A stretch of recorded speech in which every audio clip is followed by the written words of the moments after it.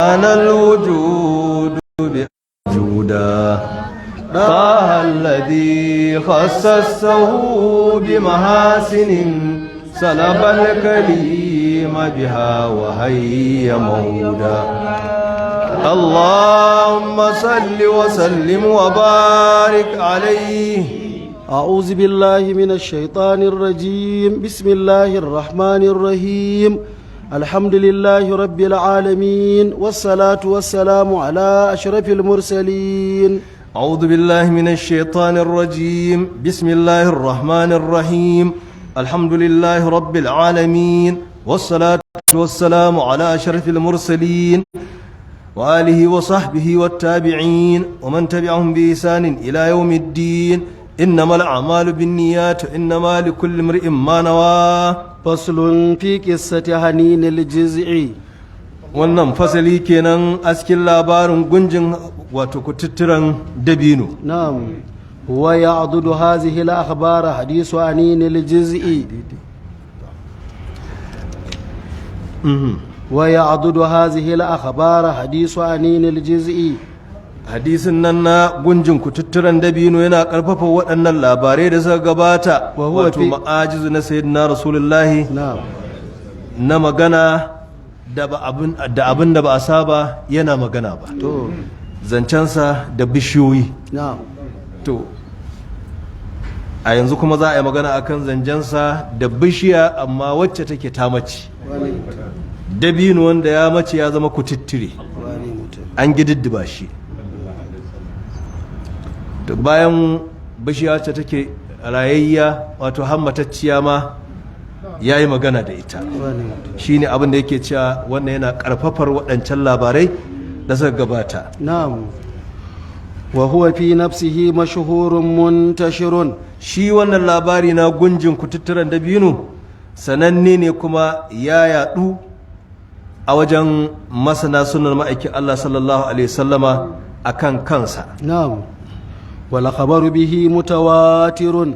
Kuma wannan labari na gunjin kututturen dabino ya kai haddin tawaturi. na'am Ko da a lafazin ba ce wani lafazi muayyani da yake hakaitar da wannan labari cewa mutawatiri ne ba, amma in aka tattaro hadisai daban-daban waɗanda kowanne yana ma'anarsa tana tabbatar da cewa kututturen dabino ya yi gunji kuma ma'aikin Allah ya yi magana da shi sallallahu ta'ala alaihi wa sallama, don aka tattaro wannan ma'ana wato za ta kai haddin tawaturi. kada kharrajahu ahlus sahihi. Dukkan ma'abota littafai da suka tattara ingantattun hadisai na ma'aikin Allah sallallahu alaihi sallama sun ruwaitar da wannan hadisi na kututturen dabino. warawahu min as-sahabati yana nan cikin Bukhari, yana nan cikin Muslim, yana nan cikin Ibn Hibban, yana nan cikin Ibn Khuzaimah. warawahu min as-sahabati bid'ata ashara. Kuma daga sahabban shugaba sallallahu alaihi sallama sahabi ɗai har hadisi wa sahabi 10 ya rawaito da wannan hadisi. minhum Ubay ibn Ka'b. daga gare su akwai Ubay dan Ka'b wa Jabir ibn Abdullah. da sayyidina Jabir dan Abdullah al-Ansari. wa Anas ibn Malik. da sayyidina Anas dan Maliku. wa Abdullah ibn Abbas. Umar ko to ni Abdullah ibn Abbas ne sai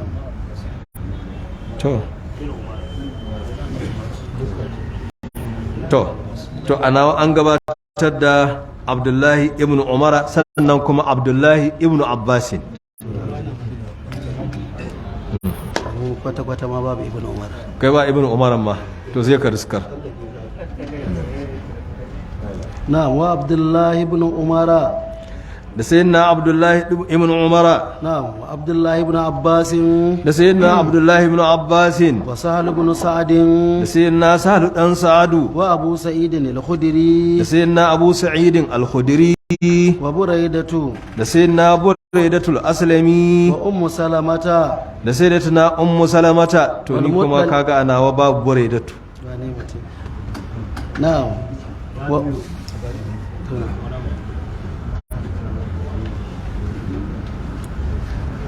a bayan Abu Sa'idin al-Khudri ko? sai buraidatu. na'am To masha Allah.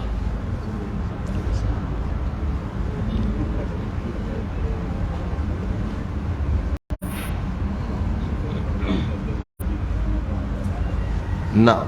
wa ummu salamata Da sayyidatuna ummu salamata ummul mu'minina. na'am wal muttalib ibn abi na'am abi wada'ata Da sayyidina muttalib dan abu wada'ata. kulluhum yuhaddisu bi ma'ana hadha al hadisi Dukkan waɗannan hadisai a ciki har da uwar mu'minai sayyidatuna ummu salama suna zantar da ma'anar wannan hadisi, wato ba lafazin ba, na'am ma'anar.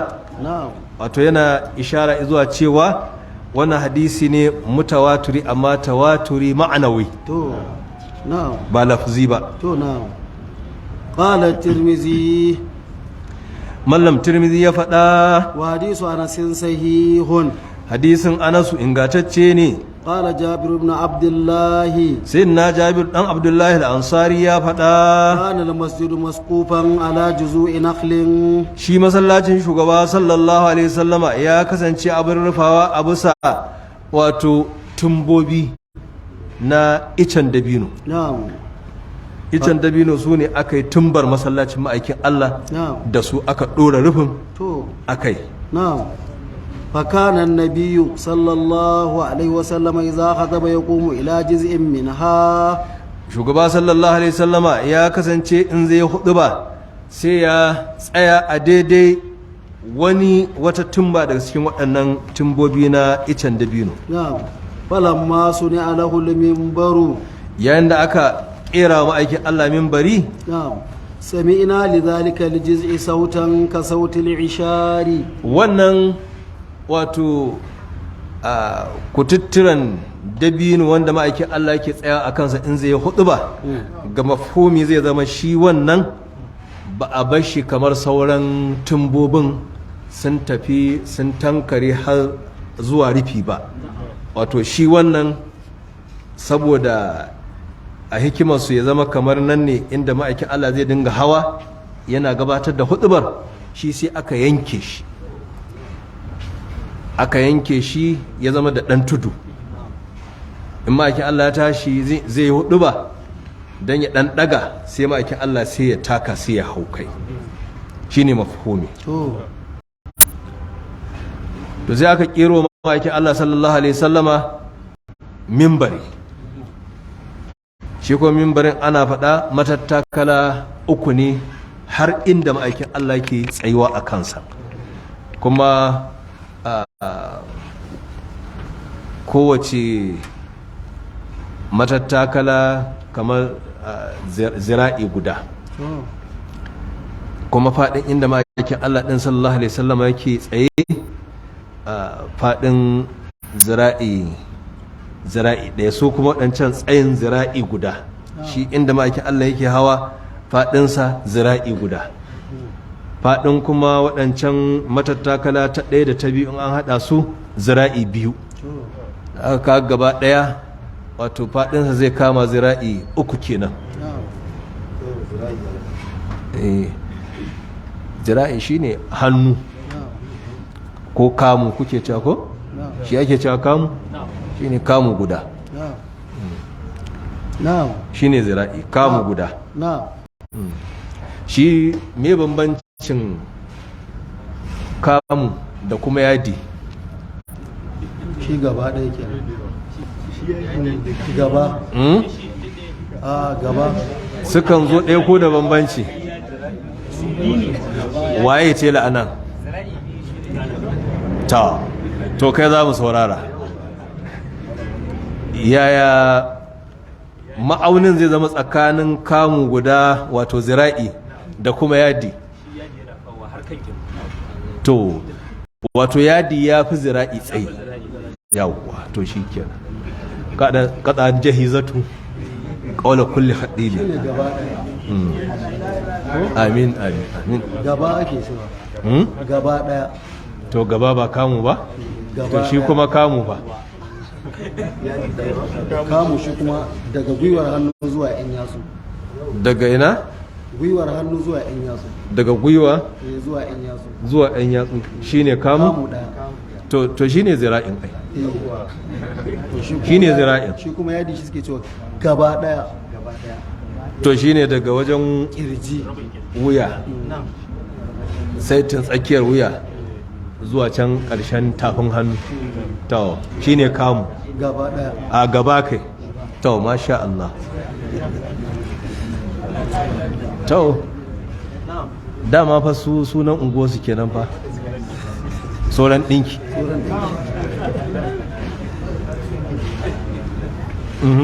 na falamma suniya lahul minbaru samina lidhalika aljizi sautan ka sautil ishari yayin da aka kira wa shugaba sallallahu alaihi wasallama minbari ya zama aikin Allah ya bar hawan wannan kututturan dabino ya fara hawa kan minbari na'am sahabbai suka ce sai muka ji wannan kututturan dabino yana gunji saboda bakin cikin cewa ma'aikin Allah ya daina hawansa ya kudu ba ya komo hawa kan mimbari saboda bakin ciki akan ma'aikin Allah ya daina hawansa da begantuwa zuwa ga ma'aikin Allah sallallahu alaihi wasallam wa fi riwayati Anas ya zo cikin riwayar Anasu hatta tajjal masjid bi khuwarihi da wannan kututturan dabino ya dinga gunji saboda bakin cikin cewa an masa kishiya maki Allah maimakon ya taka shi ya hudu ba zai taka mimbari ne ya hudu ba na'am yace har sai da masallacin ya dinga amsawa wane mutum yanda kasan zai girgiza wane mutum wa fi riwayati Salim wa kasura bukawun nas sautan ka sautil ishari a can baya ko na'am in aka tsallake kalma sai a dinga maimaita ta na'am alazatu muka ji sauti na wannan gunji na kututturen dabino yadda ka san sautin taguwa mai ciki dan wata 10 isharu jam'in ashra'u ne taguwa mai ciki dan wata 10 shine ita ce ashra'u taguyi kuma masu ciki dan wata 10 jam'i kenan to su ne isharu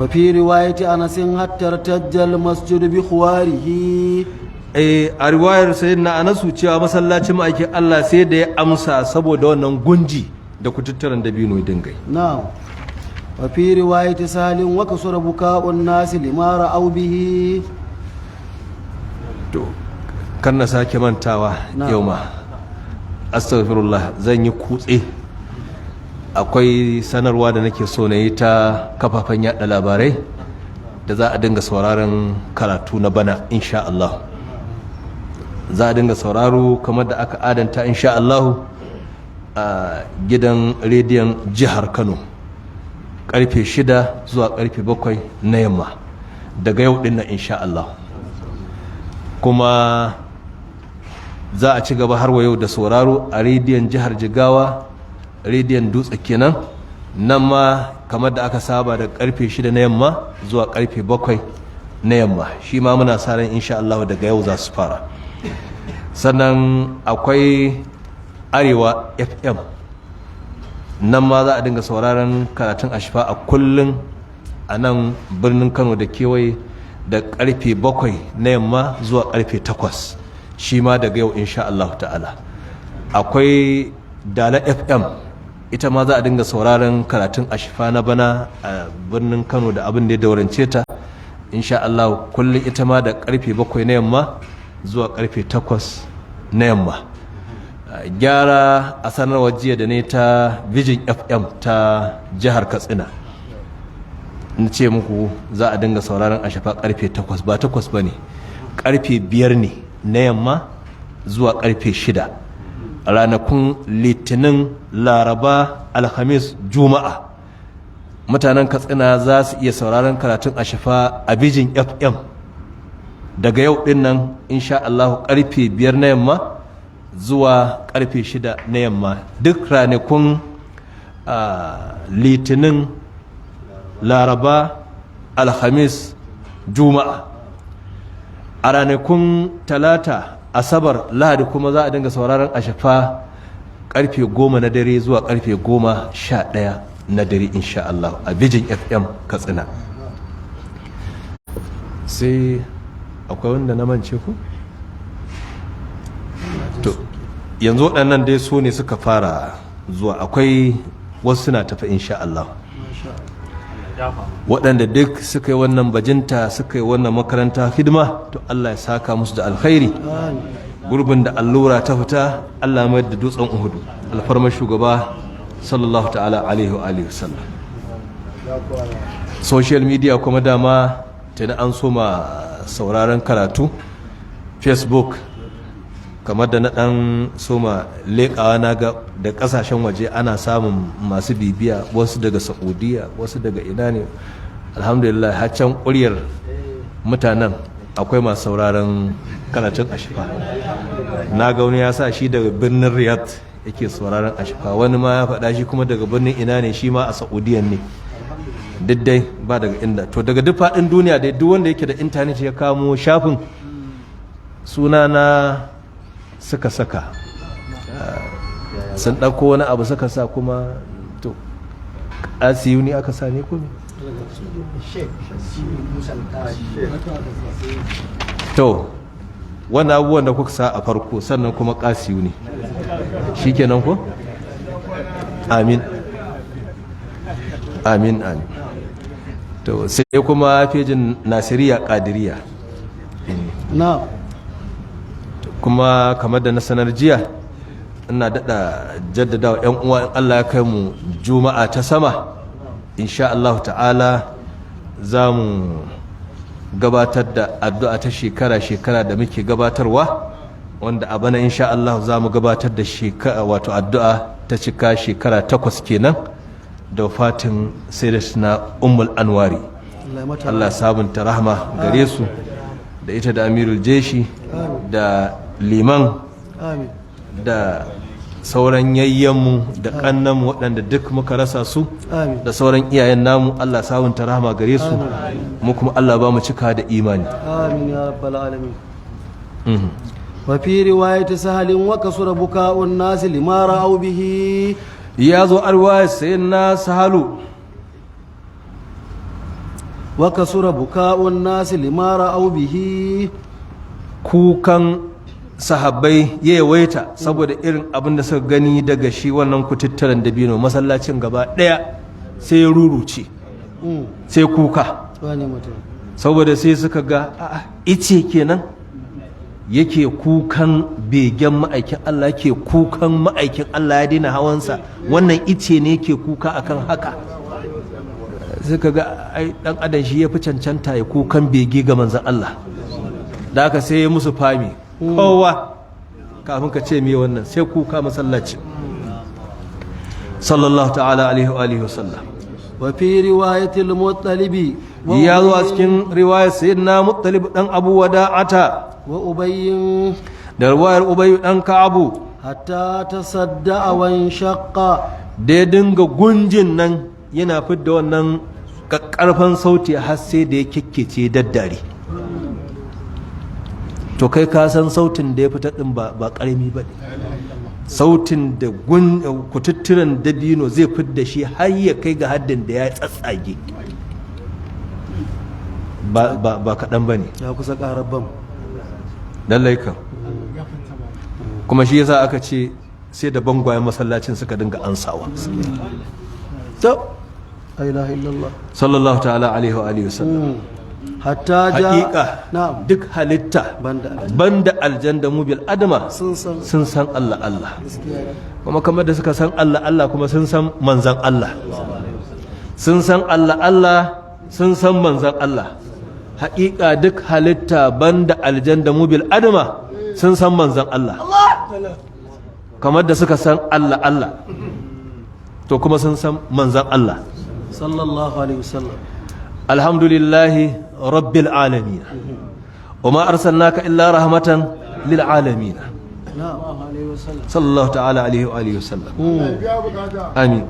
حتى جاء النبي صلى الله عليه وسلم فوضع يده عليه فسكت، ba shi ya saurara ba wannan kututture ya dinga gunji sai da ma'aikin Allah ya je ya ɗora hannu ya dafa shi sai aka ji yayi shuru za da gairuhu wani sadu sa'idi sadu to muttalibu ne ko mun wuce sadu din wani shi muttalibu dan abu wada'ata a tasar bari ya ƙara فقال النبي صلى الله عليه وسلم إن هذا بكى لما فقد من الذكر ما شاء الله yace wannan kututturan dabino ya gunza wannan kuka ne da kuka gani saboda abin da ya rasa na daga wato zikirullahi da yake hawansa saboda zikirullahi ya daina hawansa lima faqada min adh-dhikri shi sayyidina rasulullahi ai zikirullahi ne gaskiya ne kalima faqada min adh-dhikri saboda abin da ya rasa na daga hawansa da manzon Allah yake in ka kuma kaga dama kuma zikirullah ka ce saboda abin da ya rasa na daga zikirullah da nake yi ina haushi kana jika bata sauye zani wa zada gairuhu waninsa kuma ya ƙara wallazi nafsi biyadihi law lam altazimhu lam ina rantsuwa da sarkin dare na take tafin ikonsa da ban je na rungume shi na lazimce shi ba lam yazal hakaza ila yawmil qiyamati tahazzunan ala rasulillahi ma'aikin Allah ya ce da wannan kututtire ya fa dinga wannan gunji kenan ya dinga gunzawa har zuwa tashin alkiyama da rantsuwa kuma shugaba ya faɗa da ba a da buƙatar yi rantsuwa a zancensa shine as-sadiqul masduq sallallahu alaihi wasallam subhanallah subhanallah fa amara bihi rasulullah sallallahu alaihi wasallam fa dufina tatal minbari to maki Allah ya je ya rungume shi ko ya dafa shi ya rarrashe shi ya shiru kuma suka irin zantawar da suka yi da shi wanda na jin zai a irin ƙare-ƙaren riwayoyin zai ambace shi a gaba inda ma yake Allah yake bijiran masa da cewa ya ba shi zaɓi in ya so ma yake Allah ce zan umarni ko ne addu'a ya zama Allah ya busa maka sabon rai ka sake tofowa ka fidda ganyayyaki ka zama sabuwar bishiya sabuwa kar ka so ma sabuwar rayuwa a nan duniya in kuma kana so ba a nan duniya kake so in sake raya ka ba to zan bakka yanzu a binne ka in Allah ya kai mu lahira aljanna in dasa ka a gidana na aljanna waliye su dinga ci daga 'ya'yan itace auliya'ullahi Allah ya ce ya rasulullahi da sani a gidanka na aljanna a nan ma ma'aikin Allah ke cewa ya zaɓi gidan wanzuwa akan gida ƙararre mai ƙarewa fadufina ta talibin bari da ya wannan zaɓi ma'aikin Allah ya sa aka tona masa wato kaga kamar kabari kenan aka yi masa kabari a cikin masallacin na ma'aikin Allah daidai inda aka girke mimbarin na manzan Allah ma'aikin Allah ya sa aka ture mimbarin aka tonawa kututturen dabino kabari aka binne shi kuma aka ɗauko mimbarin na ma'aikin Allah aka ɗora shi akai kaga wato tudu biyu an dai sake hawa kansa saboda abin da ake hawan an ɗora shi ya hau kansa sannan kuma ga wannan alkawari da aka yi masa na wannan gwaggwaɓan sakamako na alkiyama to idan wannan ya zama shine sakamakon kututturen dabino da ya bayyanar da ƙauna ga sayyidina rasulullahi to yaya dan adam yaya makomar dan adam da Allah ya masa baiwa da soyayyar manzon Allah wannan ita ce makoma da garar da Allah ya tanada ga kututturen dabino wata halitta mara rai mara motsi a wajenmu muke ganin marare amma da Allah ya yi masa baiwa da ƙaunar manzan Allah sallallahu alaihi wasallama har ya bayyanar da wannan ƙauna ta sayyidina rasulullahi ga irin tukuicin da Allah ya yi masa shi ma yanzu irin yadda za mu shiga aljanna insha Allah a cikin ceton ma'aikin Allah sallallahu alaihi wasallama shi ma gashi tare za mu shiga shi ya ma fi mu saboda mu kowa a gidansa yake, shi ko a gidan manzan Allah yake, a gidan manzan Allah shi zai zama. walittiba'il mustafa wa fikna wa min humayya hubbihi farzuqna. Allah ka ƙara kwararo mana ƙaunar ma'aikin Allah sallallahu alaihi wasallama, ka lanyace mu da ita, ka nashe mu da ita, ka mamaye mu da ita ta ko'ina, amin, zahirinmu da baɗininmu. amin. kaza fi hadisul muttalibi wa sahal ibn sa'd wa ishaqa. Haka ya zo a cikin hadisin muttalib ɗan abu a wada'ata da kuma hadisin sahalu. wa ishaqa an anasin wa fi ba'd riwayati an sahalin wa dufinat tahta minbarihi. Da kuma riwayar ishaqu sahibul magazi wacce ruwaito wacce isnadin yake kuma kan sayyidina anas, duk su ma haka suka faɗa. na'am. Ya zo kuma a cikin wata riwayar, wato riwayar sayyidina ubayyu dan ka'ab. na'am. wa dufinat tahta minbarihi awju ila fi saqfi. to wa fi hadisi ubayyin fa kana idza salla an-nabi sallallahu alaihi wasallam salla. shi ne na gaba nan, shi za a faɗa nan gaba.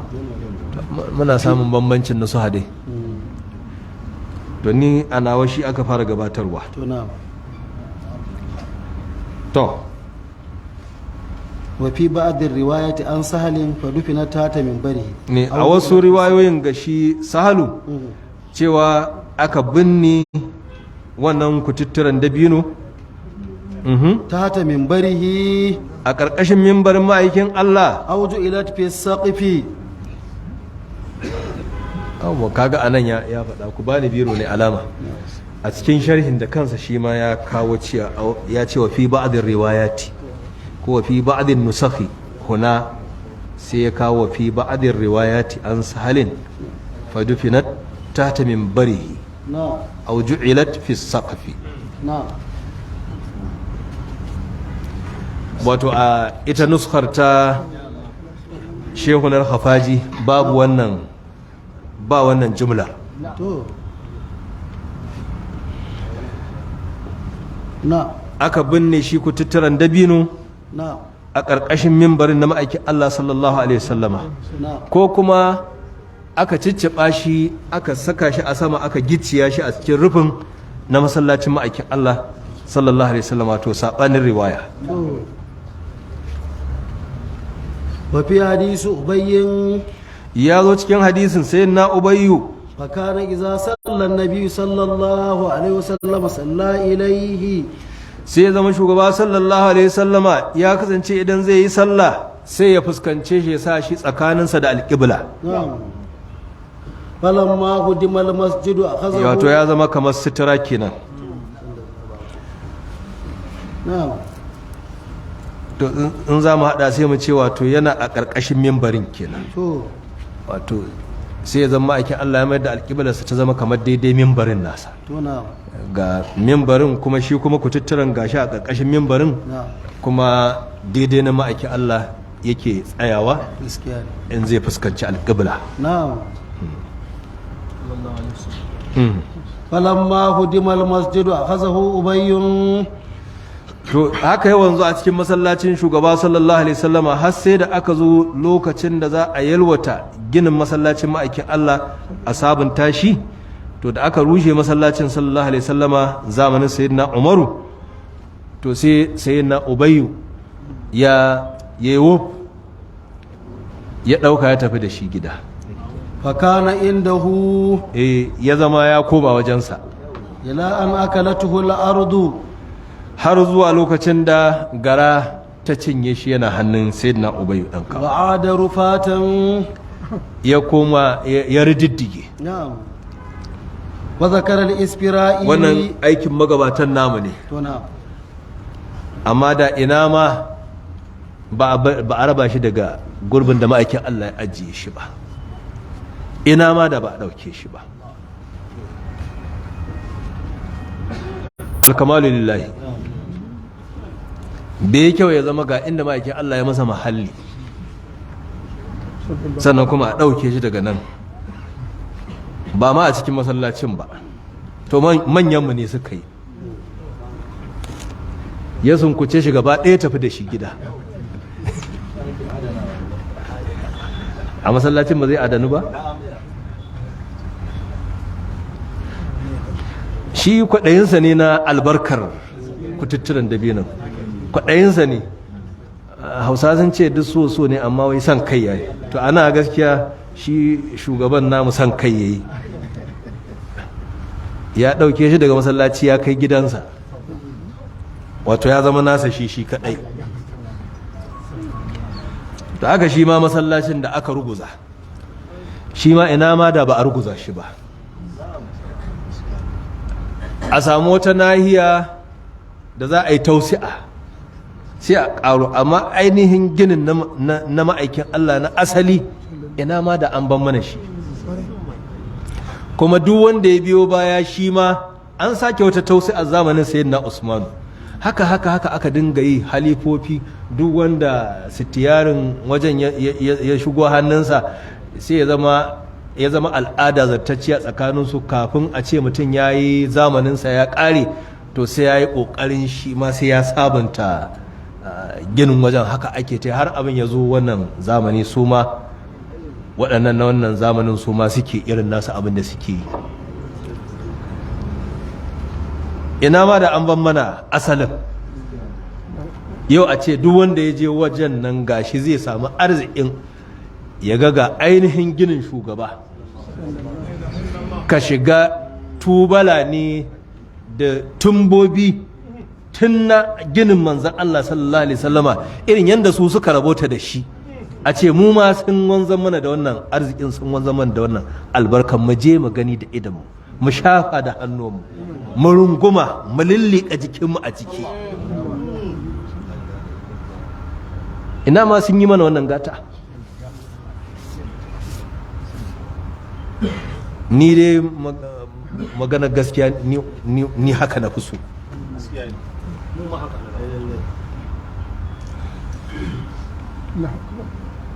Kuma yanzu kaga daga wannan kofar da aka bude, wannan ya rusa, wannan ya rusa, wannan ya rusa, yanzu kaga yau yanda aka mayar da wajen,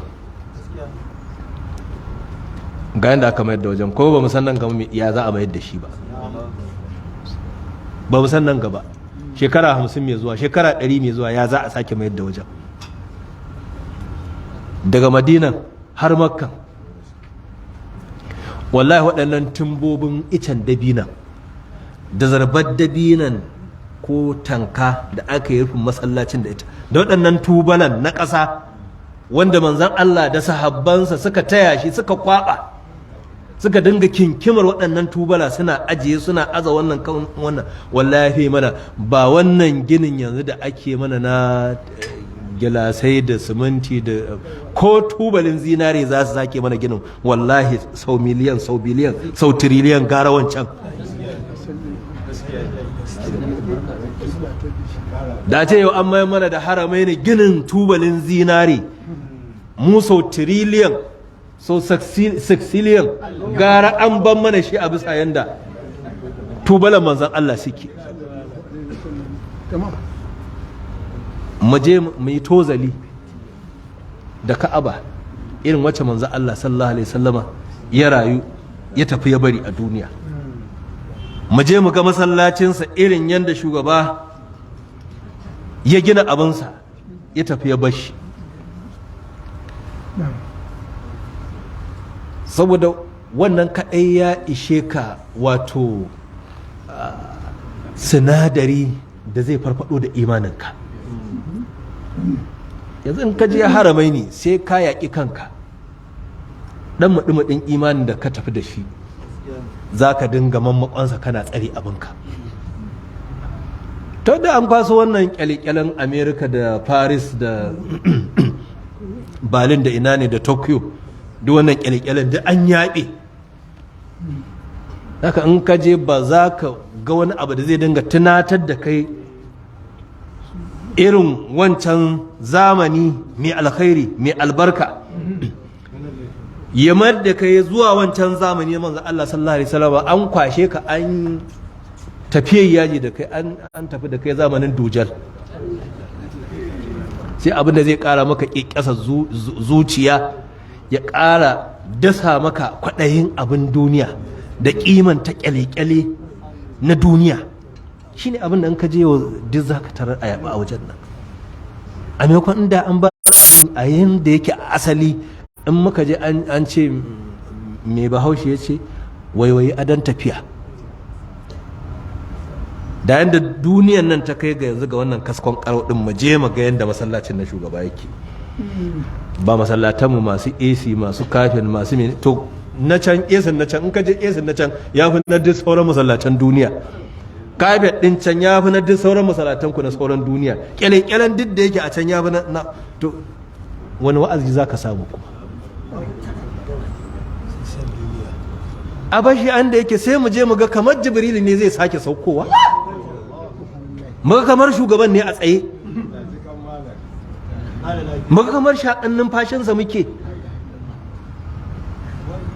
abin da ya kamata kenan to amma liqadiyallahu amran kana mafula na haka duk wanda ya je wannan waje ni dai nasiha ta da kira na gare mu in muka je wajen nan duk yakin da zamu yi da kanmu din wannan kyale-kyalen kar ya ɗauke mu kar ya shagaltar da mu mu dinga ƙoƙarin muna yaƙar abin da idanunmu yake gani muna tunasar da kanmu abin da shi ne asalin abin da yake a wajen yadda mu kusanta kanmu in muka je wannan waje mu daɗa kusanta kanmu da aikin Allah ɗin ba mu je mu yi nisan kiwo ba ka je ka shagala da kallon kaskon karau irin wace irin fitila ce aka saka wace irin zayyana aka yi wani irin diresin aka yi wa adan da aka yi wa waje wani irin kafir kake takawa yaya zanensa yake yaya laushinsa yake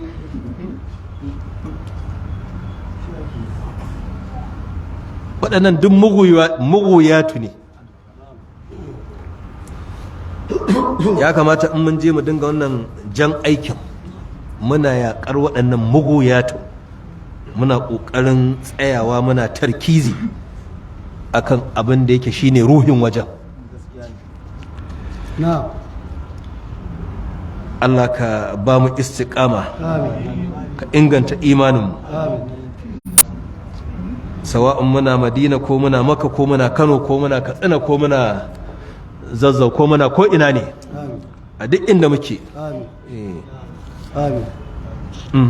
وذكر الإسبرائيني أن النبي صلى الله عليه وسلم دعا إلى نفسه mallam isfira'ini ya ambacewa shugaba sallallahu alaihi wasallama da'ahu ila nafsihi ya kira wannan kututturan dabino zuwa gare shi cewa ya taho inda yake faja'ahu yakhriqu al-arda wannan kututture yana kafe inda yake a kafe ya dinga keta ƙasa har ya zo ya tsaya a gaban ma'aikin Allah faltazamahu ma'aikin Allah ya rungume shi ثم أمره فعاد إلى مكانه sannan shugaba sallallahu alaihi wasallama ya umarce shi ya koma zuwa mahallinsa وفي حديث بريدة ya zo cikin hadisin buraidatul aslami فقال يعني النبي صلى الله عليه وسلم sai shugaba sallallahu alaihi wasallama ya faɗa إن شئت أردك إلى الحائط in ka ga dama in mayar da kai zuwa bangon da kake الذي كنت فيه wanda kake a can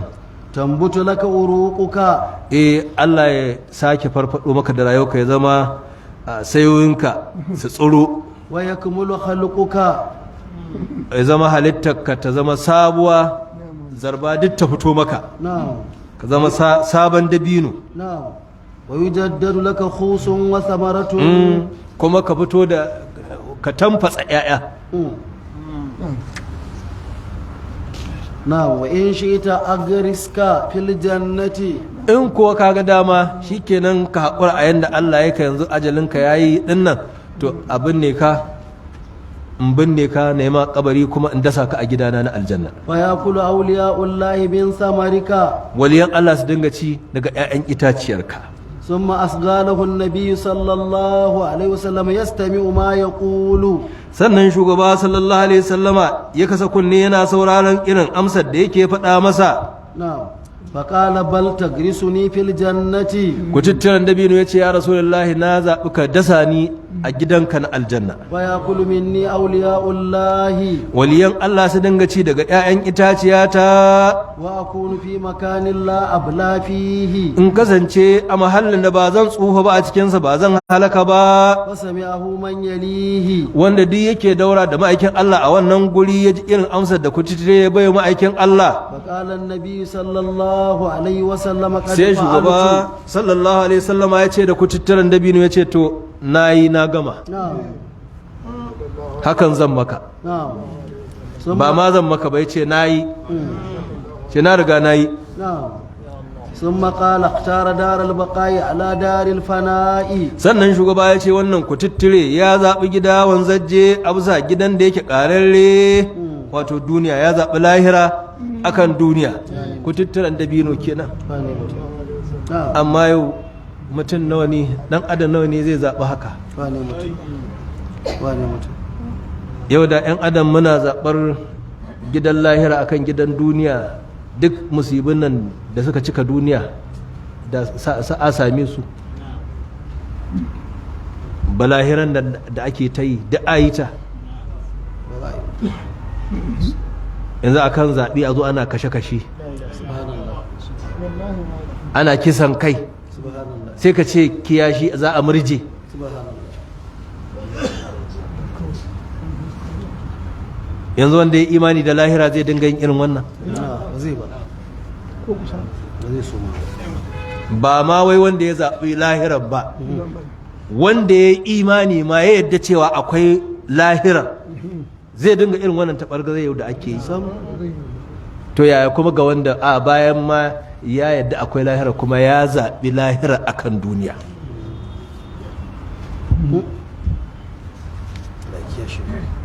Allah ka shirye mu ihdinas siratal mustaqima فكان الحسن إذا حدث بهذا بكى ya kamata dai musulmi su komo cikin hayyacinsu نعم siyasa siyasa ce نعم addini kuma addini ne نعم kuma bai kamata duk zaƙewar mutum akan san duniya ya fi tsari ƙafasa akan gabatar da duniya akan lahira irin wannan gabatarwar ba gabatarwar da za ta dinga bayuwa ya zuwa ga cewa ma amadin ya zama ma shakku ma za a dinga yi ma cewa anya ma ka yadda ma akwai lahirar ma ai bai kamata a ce a siyasa Kano za a dinga samun irin wannan ta'asa da irin wannan tabargaza ba ya kamata a ce a Anambra aka samu wannan ya kamata a ce a Enugu aka samu irin wannan amma a Kano gurguzun musulmi yana la ilaha illallah kana la ilaha illallah kurin akan kawo kan wata kujera akan wata kujera ka halatta wa kanka jininsa subhanallah subhanallah ka zub da jinin musulmi subhanallah har taɓarga za ta kai ga haddin da musulmi ne zai dinga cewa a kashe wanda za a kashe yana cewa kisansa ne hasbunallah hasbunallah musulmi subhanallah ‘ya'yan musulmi jikokin musulmi tattaɓa kunnin musulmi inhihin musulmi ba jikokin barbushe ba masu bauta Allah ba masu bauta tsimbirbira ba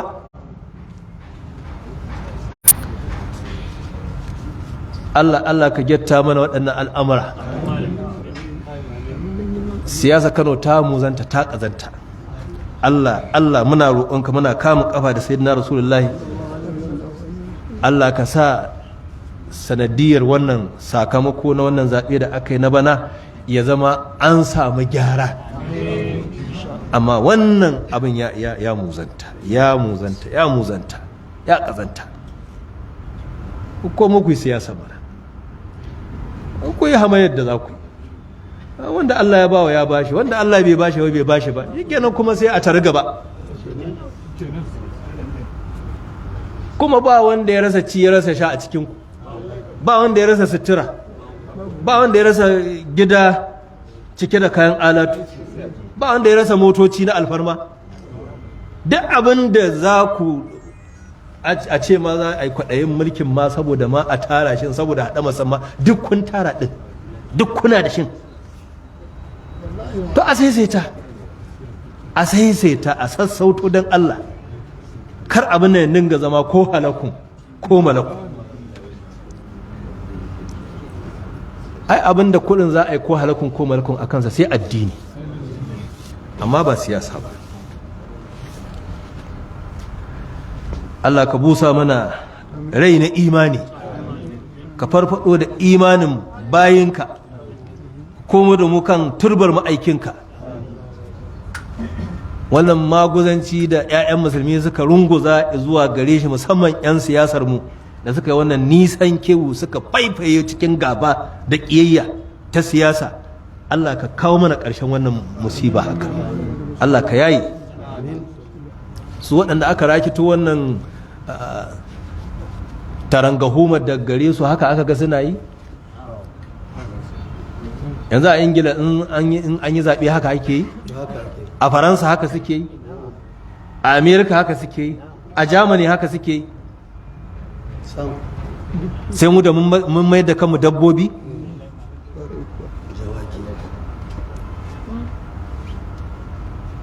In ma da haka za a ta yi, ba sai mu ta addu'a mu ce Allah ya kawo ma soja ya zo ma ya karbe kasar ba, duk a huta. gaskiya da muguwar rawa. Ita demokuraɗiyyar nan wayaushe ma aka nemi ra'ayinmu ma akan muka ce ma muna son a yi mana wata aba, ita demokuraɗiyya ne. Yaushe aka nemi ra'ayinmu ne? Da izinin wa ma ake mana ita ne? Da ra'ayin wa ake? Sau ɗaya an taɓa yi mana ƙuri'ar neman jin ra'ayi? To amma yadda ita haka kuma? Allah ya yi. Na Amin. fakara al-hasan idza haddasa bi hadha baka. Sai inna al-Hasan al-Basri Allah kare da gare shi ya kasance duk yayin da ya zantar da wannan hadisi na ku gunji da kukan ku tutturin dabino sai ya fashe da kuka. Wa qala ya abdullahi.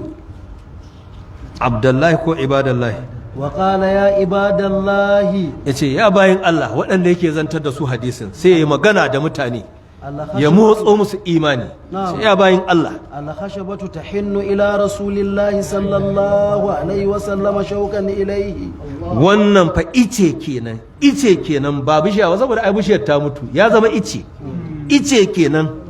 Shi yasa bai ce ash-shajaratu bai ce al-khashabatu.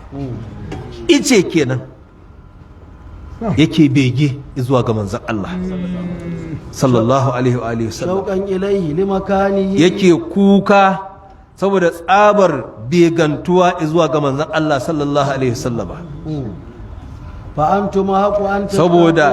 saboda irin matsayin kaunar da yake wa manzon Allah sallallahu alaihi wasallam, saboda irin kaunar da yake wa manzon Allah yake gunza wannan kuka a saboda begensa ga manzon Allah.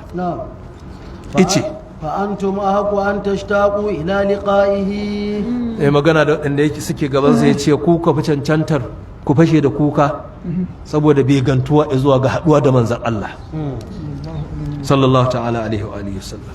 Rawahu an Jabir Hafs ibn Ubaydillah. To Hafs dan Ubaydillah shine rawaci wannan hadisi na kututturan dabini na wannan riwaya ga sayyidina Jabir al-Ansari. Wa yuqalu Abdullah ibn Hafs. Wasu kuma suna cewa maimakon wato Hafsu dan Ubaydullah suna cewa Ubaydullah dan Hafsu. Wa Aymanu. Da Aymanu al-Habashi. Wa Abu Nadrata. Da Abu Nadrata. Wa ibn al-Musayyib. Da Ibn al-Musayyib Sa'idu. Na'am, wa Sa'id ibn Abi Karbin. Da Sa'idu dan Abu Karbin. Wa Quraybun. Da Qurayb. Wa Abu Salih. Da kuma Abu Salih as-Sammanu. Wa rawahu an Anas ibn Malik al-Hasan. Har wa yau al-Hasan al-Basri ya rawaci wannan hadisi na kututturan dabino wato gunjinsa ga sayyidina Anas ibn Malik. Wa sabitun. haka na sabitul bunani shi ma ya ruwaita ga sayyidina Anas وإسحاق بن أبي طلحة haka na ishaq dan abu talhata ورواه عن ابن عمر نافع ga sayyidina abdullahi ibn umar kuma nafi'u ya ruwaice shi وأبو حية haka abu hayyata shi ma ya ruwaita ga ibn umar ورواه أبو نضرة abu nadarata shi ma ya ruwaita وأبو الوداك da abul waddaki sun ruwaita su kuma gawa عن أبي سعيد sun ruwaita ga abu sa'idin al-khudri وأمار بن أبي عمار ammaru kuma dan abu ammaru ya ruwaice shi عن ma ابن عباس shi kuma tasar wayar ga ibnu abbasin وأبو هازم abu hazimin shi kuma ya ruwaita وعباس بن سهل عن سهل بن سعد da abbas dan sahalus dukkan sun ruwaita su kuma نعم عن سهل بن سعد ga sayyidina sahal dan sa'adu نعم وكثير بن زيد عن المطلب kasiru dan zaidu shi kuma ya ruwaci wannan hadisi na gunjin kututturan dabino ga al-muttalibu dan abu wada'ata وعبد الله بن بريدة عن أبيه abdullahi ibn buraidata shi kuma ya ruwaci wannan hadisi ga mahaifin nasa buraidatul aslami والطفيل بن أبي عن أبيه tufailu dan ابن أبي عن أبيه ibnu ubayyin shi kuma ya ruwaita ga mahaifin nasa نعم wato ubayyu نعم قال القاضي أبو الفضل وفقه الله wato sayyidina ubayyu dan ka'ab نعم shehuna alƙali baban falal ya faɗa Allah ya masa game da katar وهذا حديث كما ترى وخرجه أهل الصحة wannan hadisi ne kamar da kake ganin sa dukkan marwayata hadisai ingantattu na ma'aikin Allah sallallahu alaihi wasallama sun ruwaice shi نعم من ذكرنا وغيرهم من التابعين ضعفهم kuma waɗanda muka ambata ɗinnan da kuma ninke-ninkensu daga waɗanda ba mu ambata ba na daga wato tabi'ai waɗanda suka karɓa daga sahabban ma'aikin Allah sallallahu ta'ala alaihi wa alihi sallam نعم إلى من لم نذكره har zuwa wanda ba mu ambace shi ba وبدون هذا العدد يقع العلم لمن ائتنى بهذا الباب kuma ilimi ingantacce yana tabbata da abin da bai kai ga wannan wato yawan adadi na sahabbai da muka ambata da suka ruwaitar da hadisin gunjin kutattaren dabino ba a hadisi in isnadin sai inganta matanin sai inganta idan sahabi guda ma ya ruwaice shi ya inganta bari aka ce sahabi biyu bari aka ce sahabi uku illa kullun inda suke saɓani malaman musulunci wato irin takunkumi ko iyaka da suke shatawa ta inda za a iya aiki da wato hadithul ahadi yanzu kamar ababin aƙida hadithul ahadi in yi karo da wani abu wanda yake wato sananne a bisa tilas daga aƙidar musulunci to hadisul ahadi ba a riko da shi yanzu kamar hadisin jariya hadisul ahadi ne hadisul ahadi ne kaga ta wannan fuskan ma kawai ba za ka in ka ɗau malaman da suke faɗa wannan akwai mabadi na aƙida idan hadisul ahadi ya karo da su ba za a riko da shi ba to ko ta nan za a ajiye hadisul jariya sannan kuma akan kansa muttaribi ne lafuza da ya zo da su iri-iri to wanne ne a cikin ga lafazin a tashadina Allah ilaha illallah ga lafazin man rabbuki ga lafazin aina Allah ga lafazin aina rabbuki ga lafuzza ne lafazi ina jin bai gaza lafazi 7 ba wanda hadisin ya zo da su da haka muttaribi ne ko da isnadi ya inganta to kuma akwai idirabi a cikin lafazin hadisin sannan kuma daga babbar illa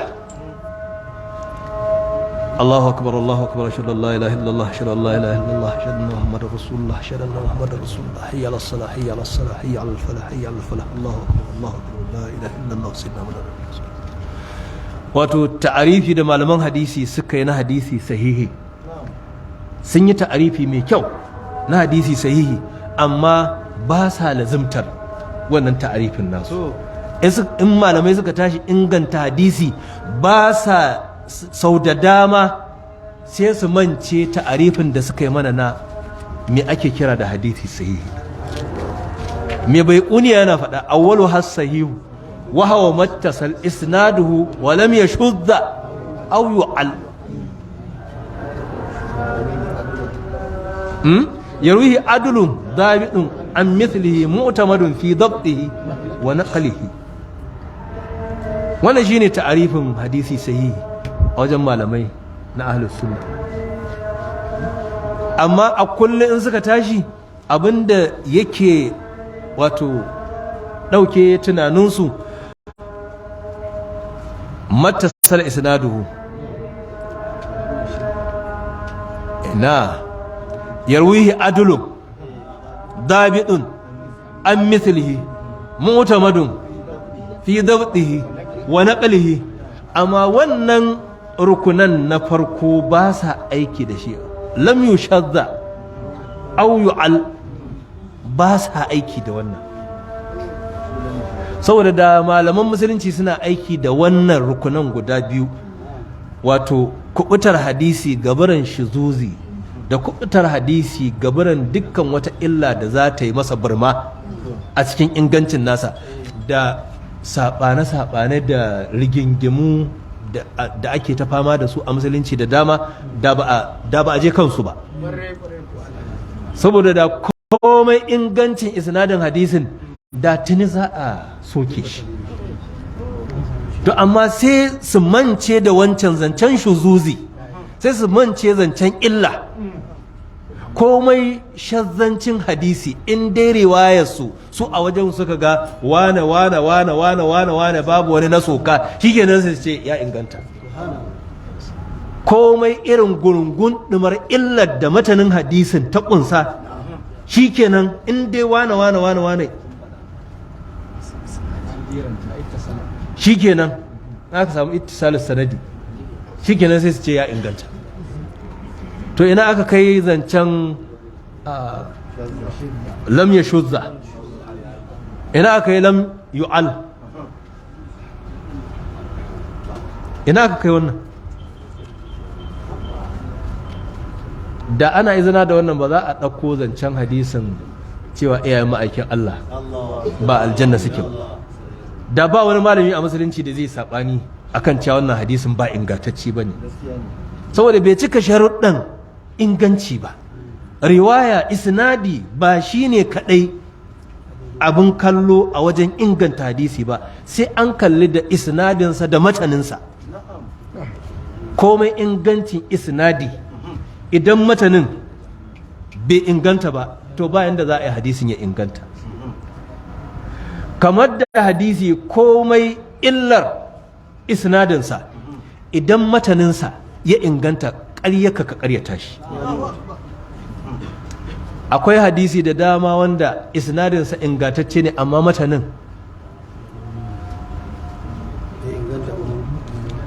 ƙagagge ne. akwai kuma hadisi wanda isnadinsa rarrauna ne amma mataninsa ingantacce ne.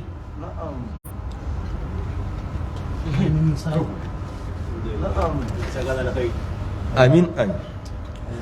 amma nan ba ina cewa wannan aikin ba na kowa da kowa ba ne, ba na 'yan social media ba ne, aiki ne na malamai rasikhai fil ilmi. kuma komai rusukinka a cikin ilmi to kuma sai an bi da taka tsantsan, sai an ba a sannu, saboda kar aje a yi ta ungozoma. ungozoman wasai, kar aje garin yanke cibiya a sharbe halitta kuma. to sai an yi wannan taka tsantsan. wallahu al-musabbitu ala as-sawabi. Allah shine mai tabbatar da bayi a bisa abin da yake na daidai. Allah ka tabbatar da mu. faslun. wannan fasali kenan. alhamdulillah.